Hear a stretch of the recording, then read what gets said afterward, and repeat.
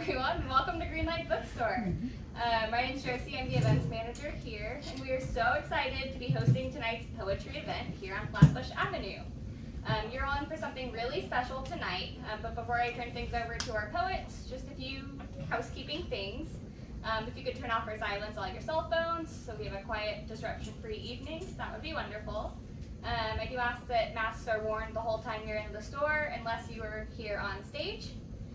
And we have signed copies of books for sale at the register tonight, if you feel so inclined. And we're recording tonight's event. It'll be available on our YouTube channel in the coming days, so feel free to share that widely. Okay, but now on to the good stuff. We are here tonight celebrating our featured poet, Elvis Alves, and his new book, Blackfish. He is joined tonight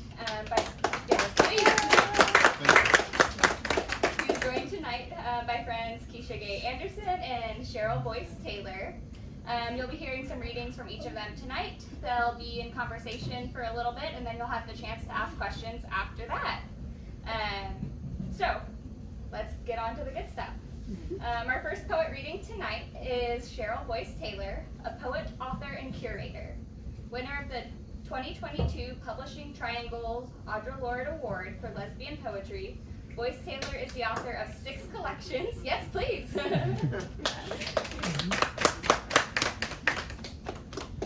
Boyce-Taylor is the author of 6 collections of poetry, including Mama Fife Represents, Raw Air, Night When Moon Follows, Convincing the Body, and Arrival. Cheryl's latest work, We Are Not Wearing Helmets, was published by Northwestern University Press in February 2022, and we have it for sale at the registers tonight. Her life papers and portfolio are stored in the Schoenberg Center for Research in Black Culture in New York City. So please join me in welcoming to the stage, Cheryl Boyce-Taylor.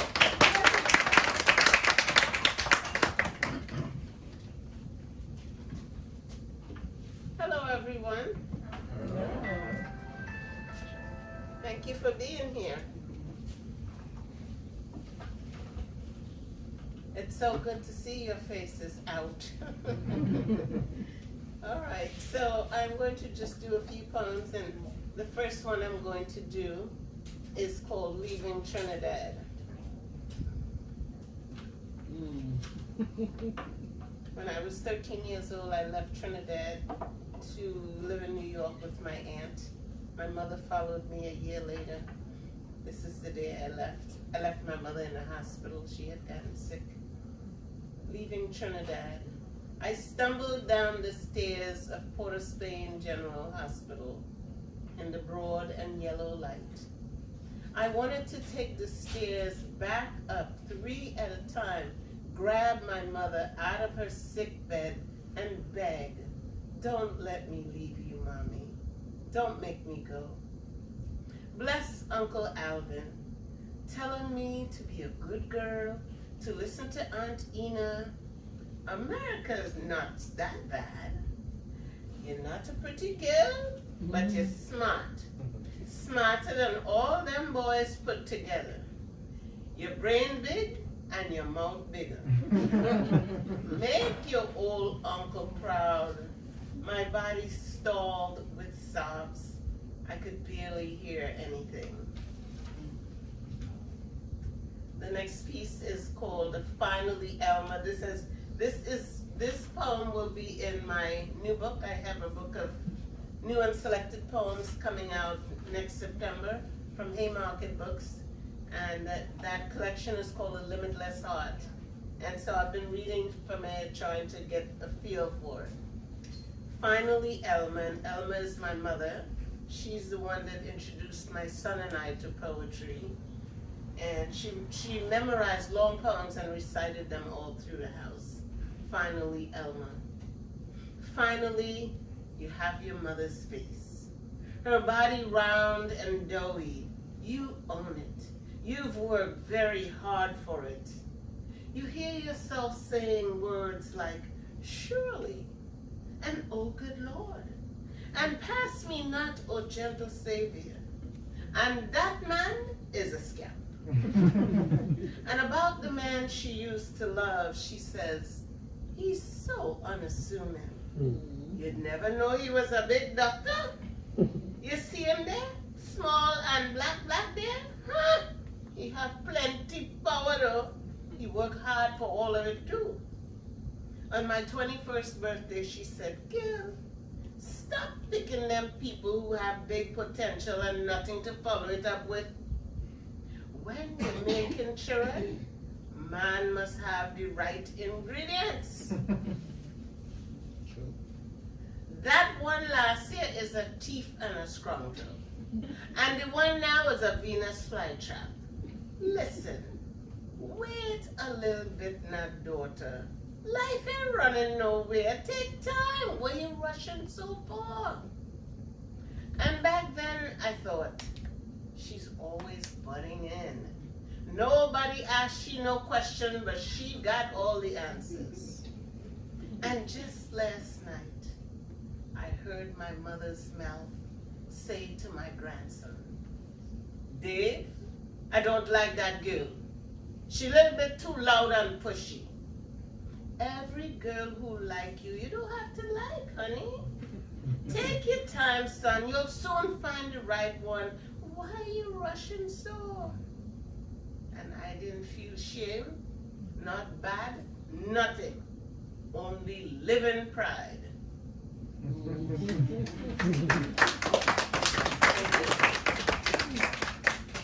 Two more pieces. This piece is called Arrival. I'm reading this because the audience, how many people are from the Caribbean? Yep. All right. How many people love Caribbeans? Okay, so this piece is for Heather. Yes. Is that what the one about the tree? No, I forgot about that one. I forgot you like that. I'll take it. This one is, it's an elegy for my mother and father and for my best friend Rodlin, who passed away 12 years ago now. But Heather, you'll see why it's for you. Arrival. On the day let me just tell you that it's the day I go up to heaven to meet them all. On the day I arrive, my best friend Rodlin will wake early and sweep the drain in French little trinket shop. She will put all the blue sequin bracelets and silver scarves up front. She knows I will try them on first. Blue, green, yellow, pink, anything. Mom will peel a few grapefruits, those huge pink skin ones. They're sweeter than them pale, washed-out whitey ones, you know. That's her way to point up her feelings for white folks. Not too veiled, not too brash. She will fix my favorite peanut punch, add a dash of rum. The rum really for she, but she will pretend it for me. My father will try to put his arms around her. She will say, "Look, leave me alone, yes, mister?" She will take a few sips of the peanut punch, then get back to her hat making. Peacock blue and yellow felt, bound by a black shiny velvet band. My father will put on coffee. He will sit on the front porch, chin in right hand, and greet every big bottom woman walking by. Once I get settled, Mom will come to my room and present me with the felt and velvet hat. Amid tears and kisses, she will say, "What took you so long to come, Cheryl? I miss you every day, every day." She will say, "How's Malik, my darling boy? And your lady friend, Sini? You still with she? And Cheryl, why you wearing blue eyeshadow? What kind of color is that? Who tell you it's pretty? You didn't find the right color for your pretty dark complexion in the store. But you know, it's not everything people selling for you to buy. You know, girl, I thought I'd teach you better. Anyway, never mind all that. I have so much to tell you, Lord." Cheryl, you see your father? That man ain't changed. And then this one short. poem is called 10th Grade Fly, and it's from We Are Not Wearing Helmets, and it's about my son who passed away 6 years ago. And I went with his dad to his house in Atlanta to pack it up. So, 10th Grade Fly. There's a new Tribe album. All day there's celebration, then the death news. After that, I feared for my life. After that, I feared for my country. This red-eyed, soggy, and broken. Life's a looking glass, a little salt, a sampling of sea. And where in the Bible does it say we should not question God? Days of swearing, not eating, sleeping. We walk the fields in search of you. Anybody, if you see my son, tell him I'm going searching with his dad. In the bag, there's fish, meat, and bread. There's milk and the bones of small goats to wash and dry into sharp arrows for hunting. In 1 week, all the leaves smell like your hair after Afro Sheen. You 10th grade fly and slightly dangerous. Your rhyme scheme got heat. Finally this morning, river sings. Sun is bright and we are smiling. Now all we need are your eyes to guide us into this aging. Dear son, please come home soon.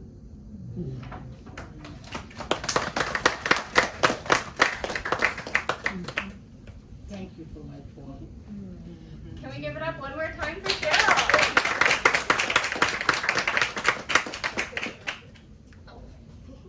And can I steal my paper from you? I don't quite have your bios memorized. Thank you. Okay, can we give it up one more time for Cheryl Boyce-Taylor? Alright, up next is Keisha-Gaye Anderson, a Jamaican-born poet and visual artist based in Brooklyn, New York. She is the author of the poetry collections Everything is Necessary, A Spell for Living, and Gathering the Waters. In 2018, she was selected as a Brooklyn Public Library Artist in Residence. She was presented with the Poetic Icon Award from her alma mater, Syracuse University, in 2021. Keisha holds an MFA from the City College, CUNY. She works as a senior leader communications for a youth mental health organization. Can you join me in welcoming to the stage Keisha-Gaye Anderson?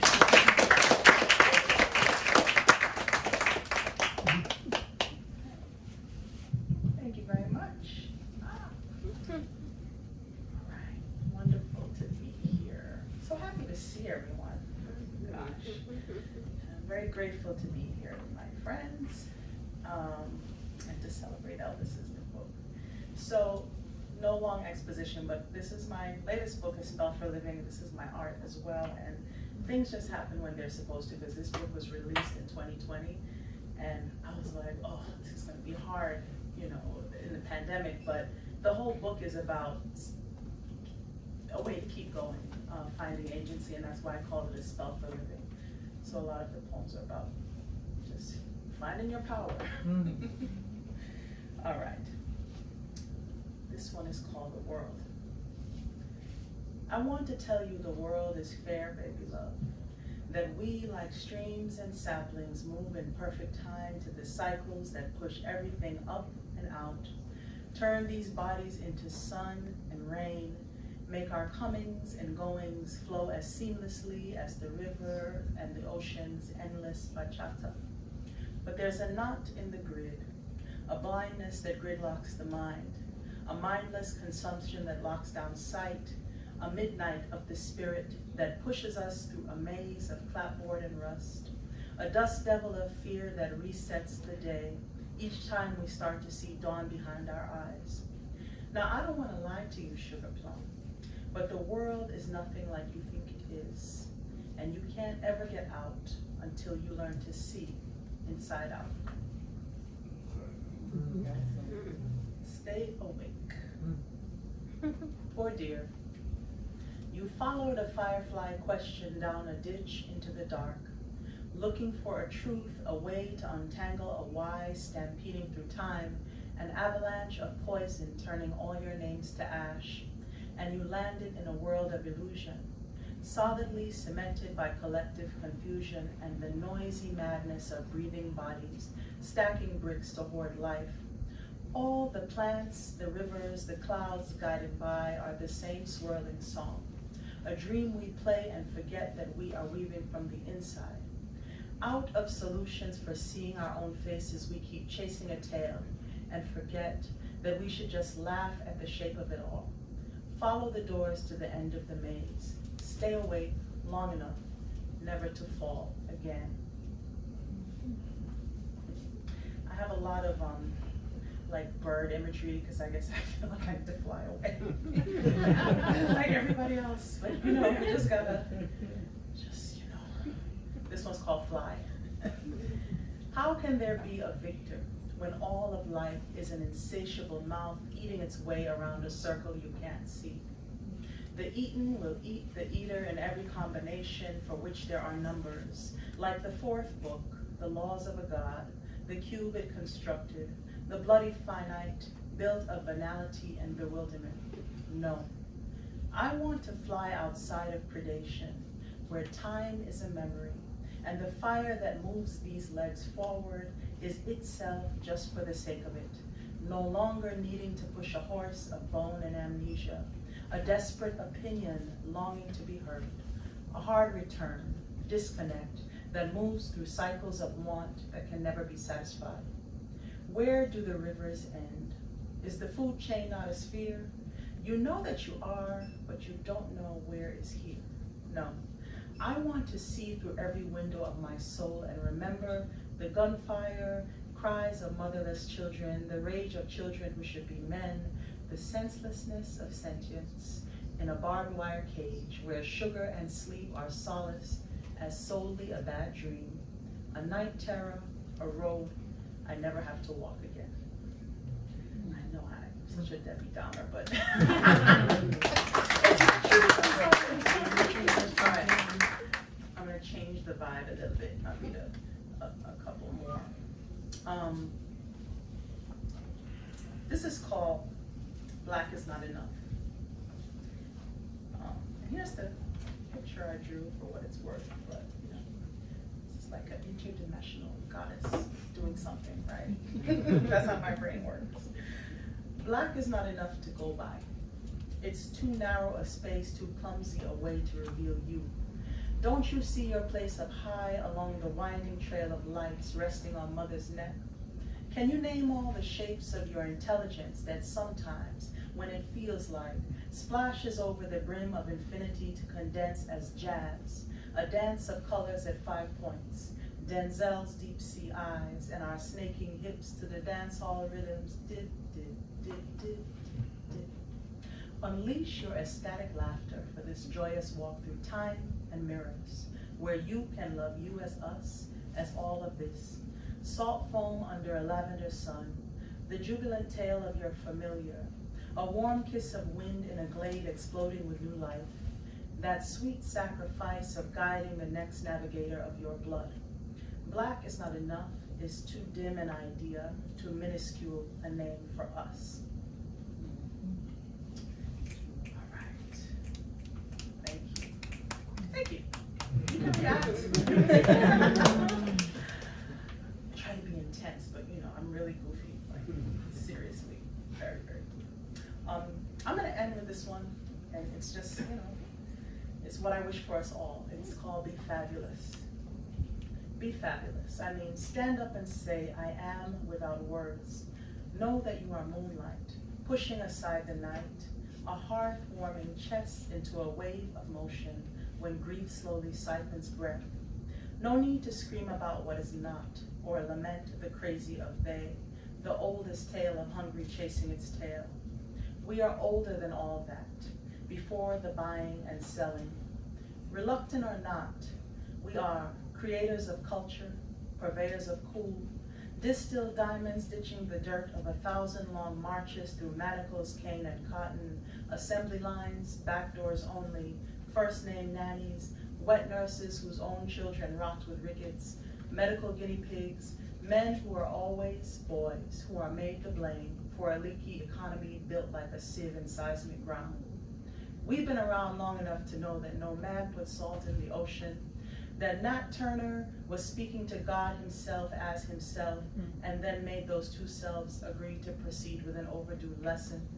We are to lead, even reluctantly, because time breathes in and out on a scale the mind can't measure, but which the soul sees, and plots a journey of light, sound, color, vibration, a path up and out for those trapped inside the smallness of things, a gracious door of salvation out of ignorance. So don't spend any time trying to convince me or her or them you're fabulous. Just be who you already are.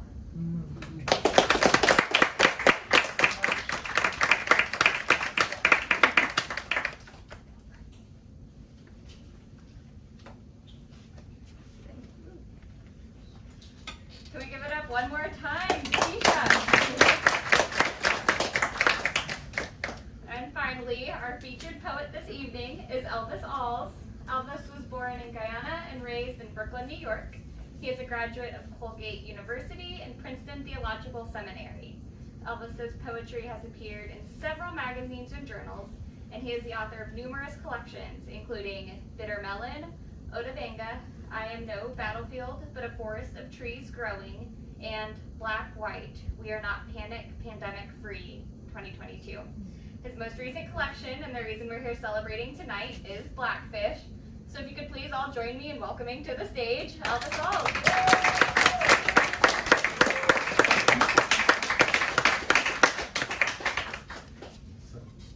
So thank you for being here.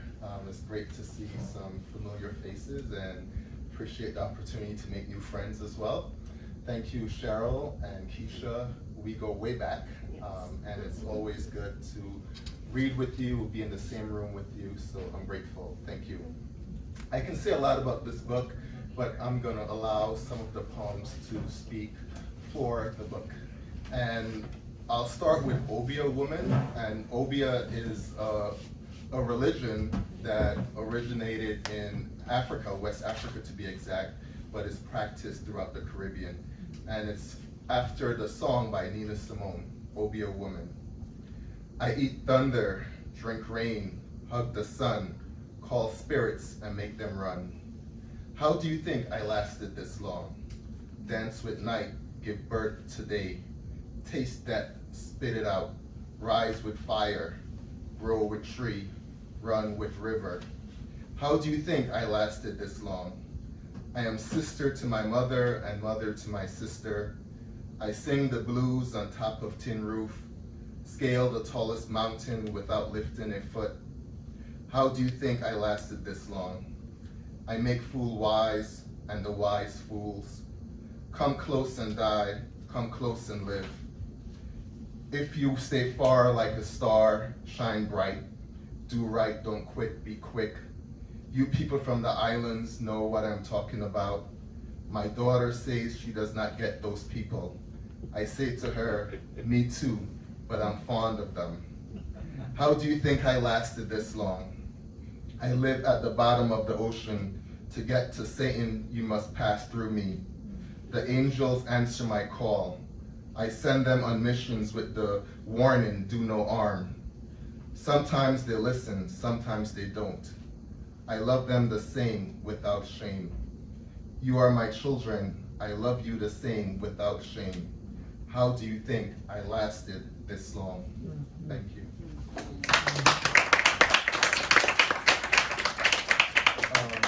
Ichthus is Greek for fish, but it's also a sign for early Christianity.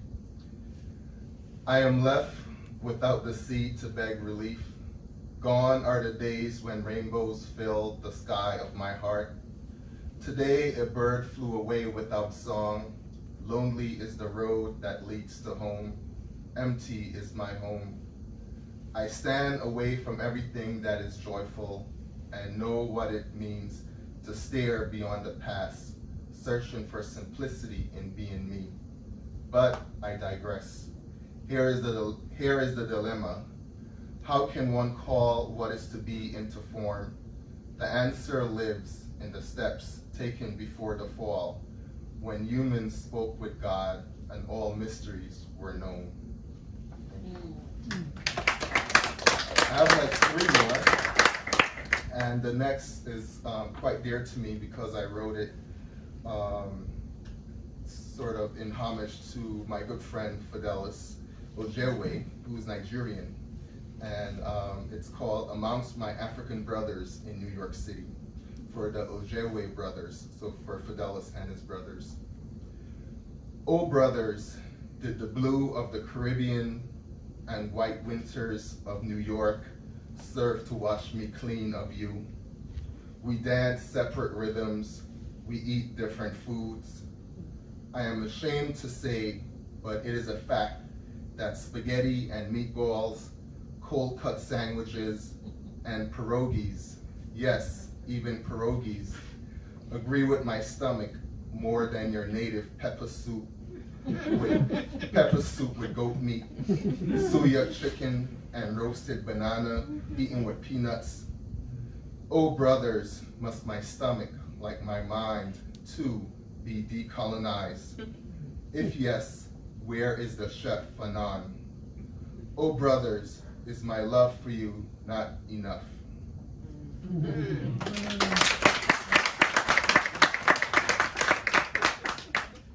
Keeping food in the picture, this one is espina, which means in Espanol, in Spanish, it means bone.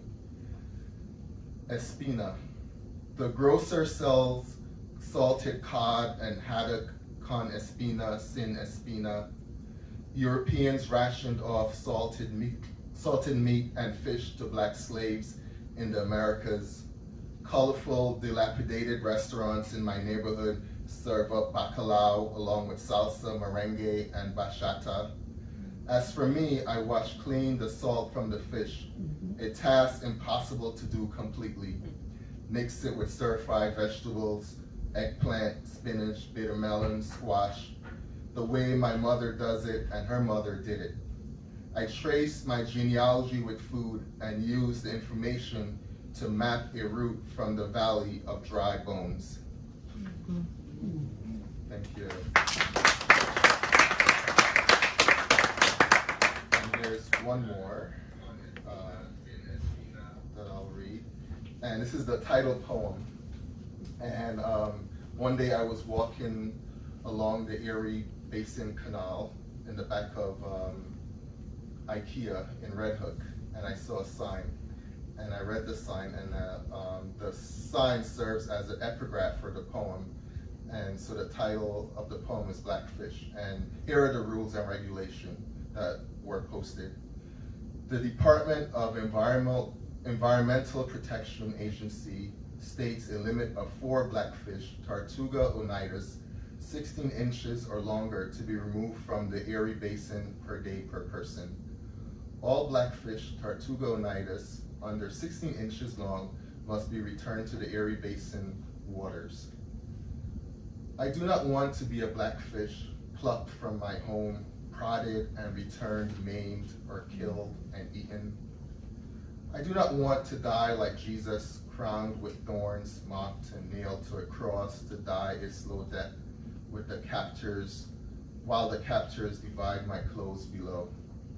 I, at Gethsemane, admonished Peter for failing to decapitate the Roman soldier, cutting off his ear instead. Take sword and do the job myself, hold bloody head in hand while swinging sword at Judas's head, kill him and the soldiers that came with him, march the survivors to the edge of the spiked cliff and watch as they fall like the dirty swine they are. If I must die, let it be for freedom, nothing less, but let me die fighting back. Thank you.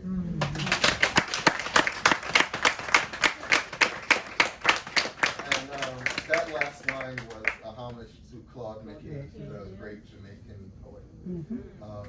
So thank you for being here. So for the rest of the evening, I'll raise 2 questions for my co-readers. I'll answer them as well, and then I'll open the space for you to interact with us through questions as well. So my first question is, how does your Caribbean culture influence your work?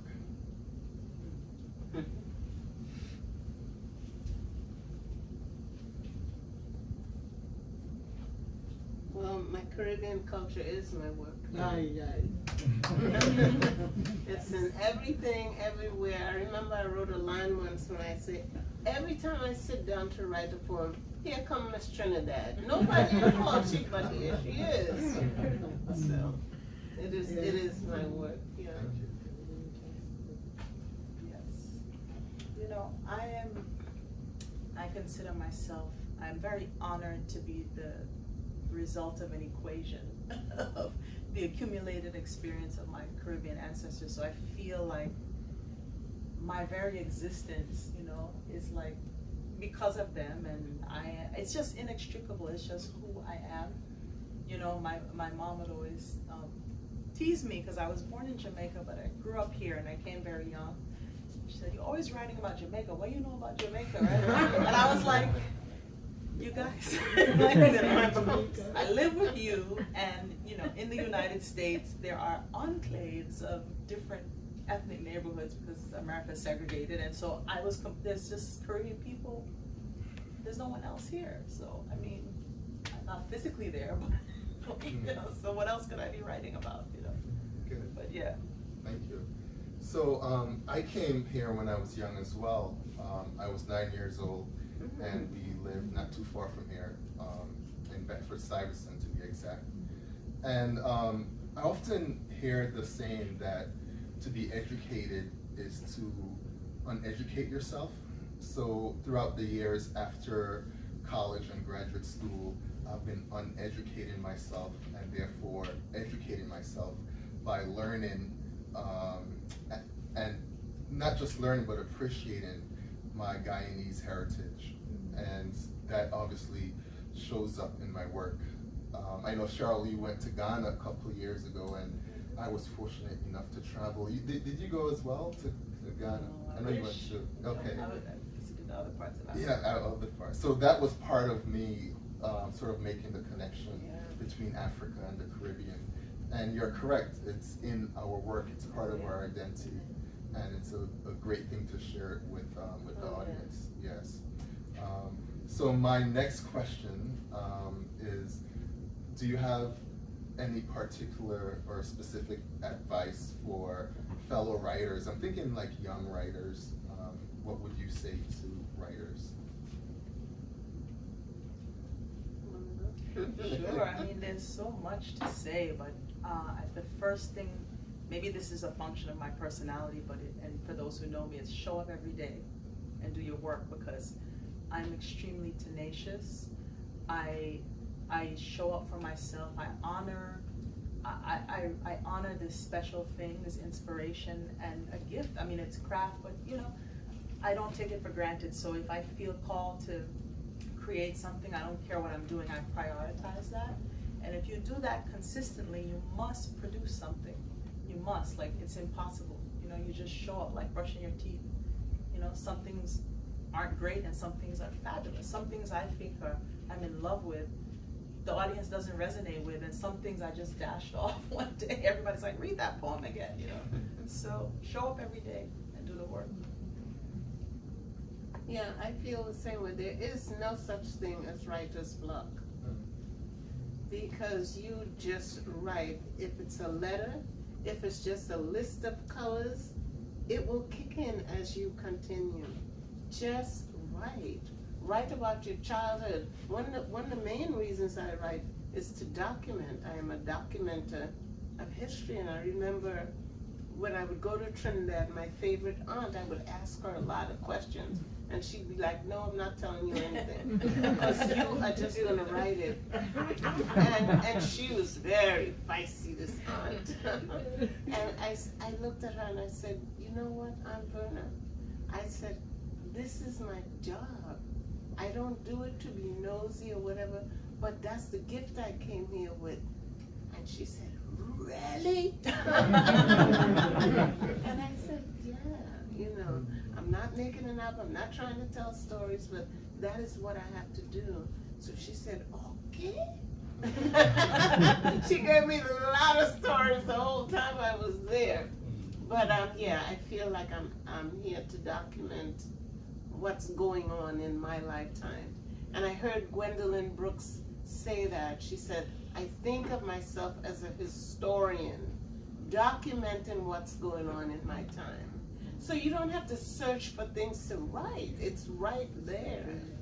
Whether it's about the ocean, a tree, a child, the birth of a baby, just write. Whether it's good or not, you'll be able to determine what's good, and then the stuff that's not so good, you can use it somewhere else.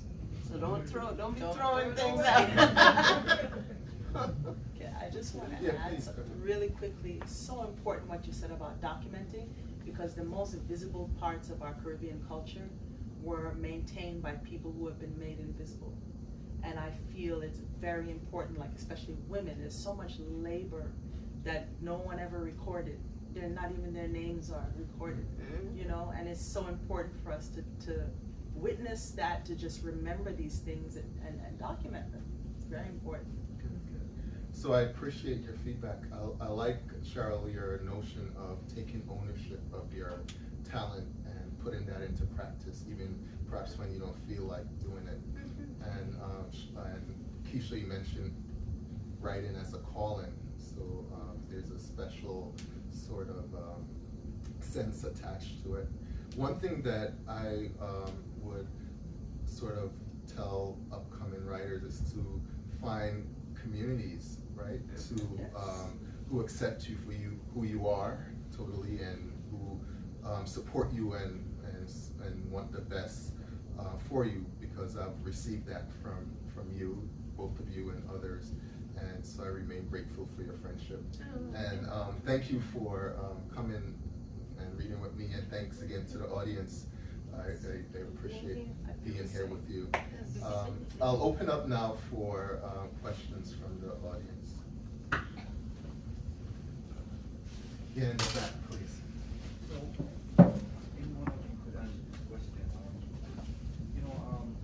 During the pandemic, that's when I performed by writing voice. Yeah, you have to come up a little more. Oh, I'm sorry. Do you want to use the mic? No, it's okay.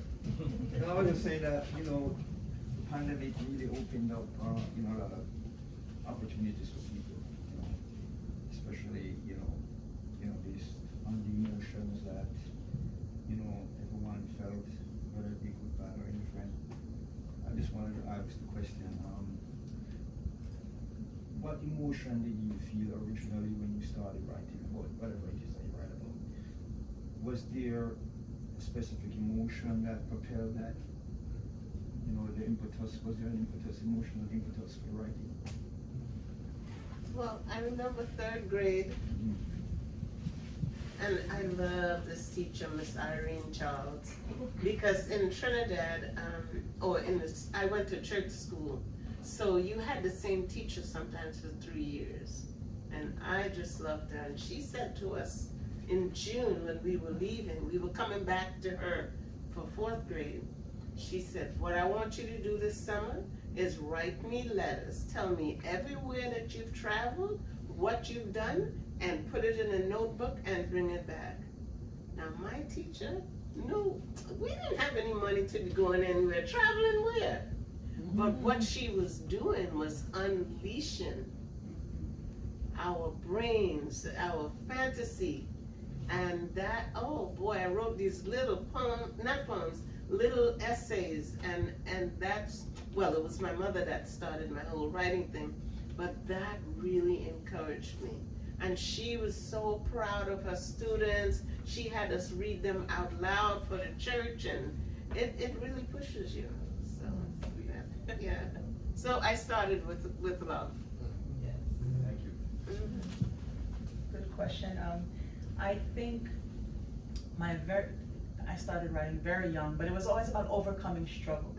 I don't know what that was, but I felt like made an impression on me is I felt like my parents were always shrinking themselves, and it made me furious because I said, these are giants. These people are very intelligent and very talented, and they've had to shrink themselves, and I didn't like it, and I just was very present, and I'm also tall in stature. I was like, I'm here, you're gonna have to deal with me, and I'm here, and I'm bringing these people with me, and you're gonna listen to them. So I wrote a lot about overcoming struggles, you know, and being victorious. Just briefly, I appreciate your question. I always think I approach the page with joy and bliss.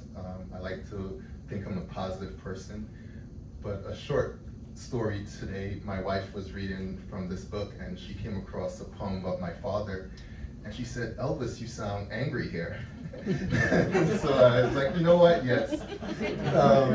So writing, one of the beautiful things is like you could, all the emotions that you have subconsciously or you try to hide, it comes onto the page, and in that sense it's therapeutic and healing. So I tend to open myself to all the emotions that I'm feeling at the time. Yeah. Anyone else?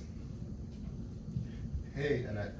I love the titles to your poems, and I was just wondering, do you start with the title, or do you write your poem and then the title comes out of the writing of the poem? Yeah, it depends. Sometimes I do start with the title, and sometimes I would write a poem and then try to come up with a title. I like to have the title say something about the poem. So when I'm a teacher, and when I teach poetry, one thing I tell the students is that there are clues hidden in a poem, and one clue tends to be the title. So the title is important to me, and words are important. So titles are significant in my poems, and they're not just willy-nilly. I actually put some effort into placing them in each poem. Yeah. So I have a formal question. When you write, and all of you, do you stick to a particular form, or does the idea that you trying to convey dictate the kind of form that you will deliver it in? Yeah. Well, for me, it's not that orderly or tidy. I just start writing, and to answer your question, I never pick the title first. You know, I write whatever it is, and then I look through to see what might be an exciting title.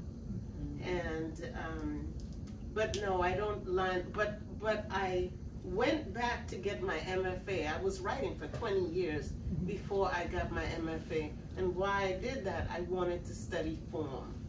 Because I felt, okay, I need that under my belt. Yeah. So when I'm writing, I could be free to choose any format, any style, anything that I want. So no, it just comes out, and sometimes I mix forms. So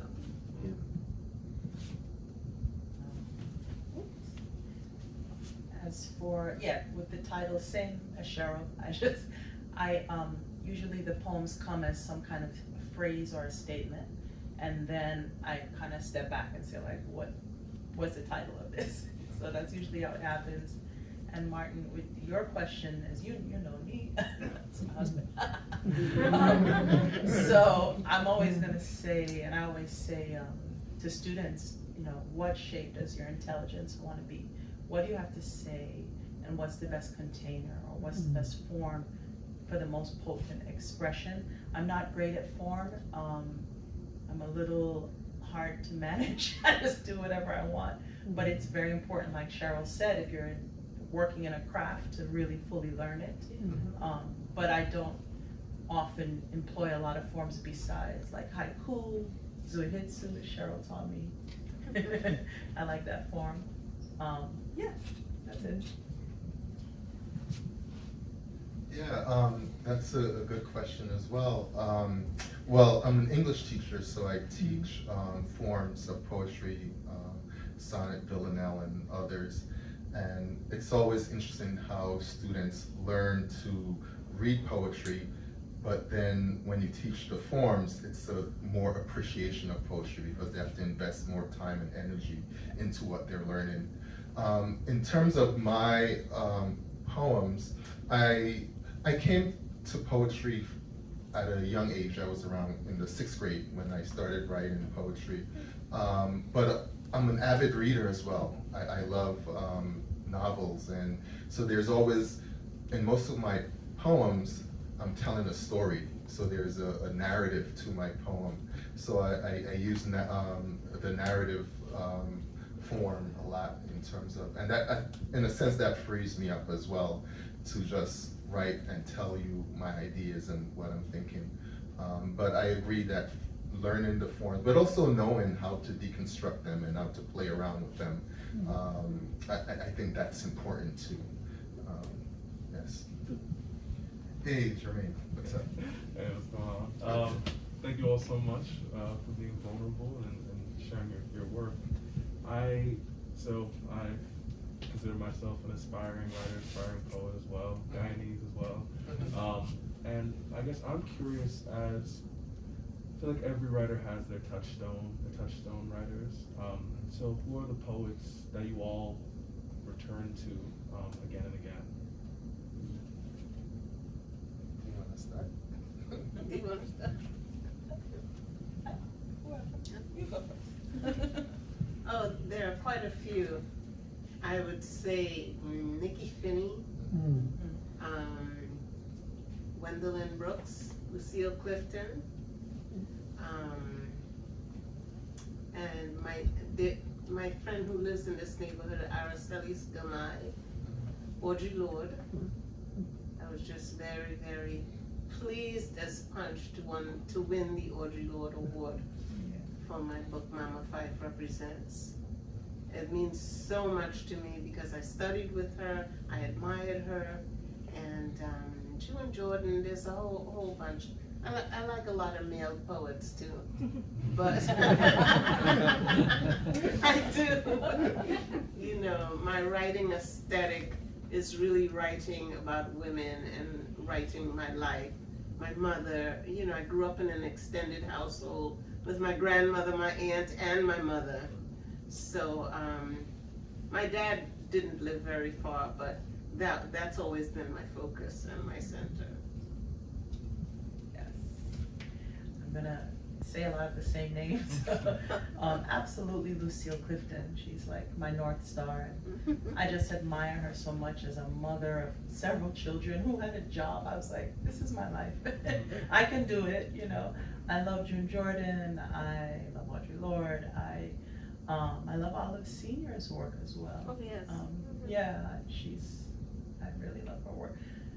There's some Alice Walker poems that I like a lot. I mean, there's just so many people. This is my entire life, so I can't list them all. Oh. Toni Morrison? Well, Toni Morrison writes fiction, but thank you, Mark. Yes. Thank you, my son. Yes. A lot of my peers too. You know, I love Elvis's work.